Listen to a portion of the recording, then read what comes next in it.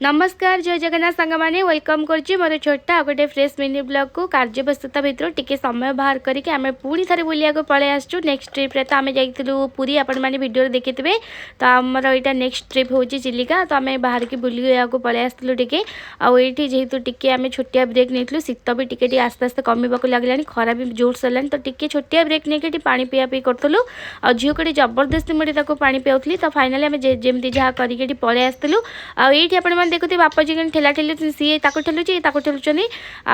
आपण मैंने देखिपे चिलिकार पानी केते गभीर जो मैंने पक्षी मानक भल पानी से निहाती भाव में जगह को आसवे आम जहाँ जमी करके किसी लोक सहित आड हो डंगाटे बुक कर देथिलु आ जाके पलि आसलु बुलिकी आई लोक मान सहित बसिकी आमको बहुत ही भल लगी समयटा केमती पड़ता जना पड़ नाला आठ देखिपे चढ़ई को सी खाइबा दौले किसी ये भी खाई दौले जहाँ जमी करके आम मंदिर पाखे फाइनाली आसी पहुँची गलु। जदि मो चैनल टी भल लगी प्लीज सब्सक्राइब करने सहित लाइक कमेंट देवे।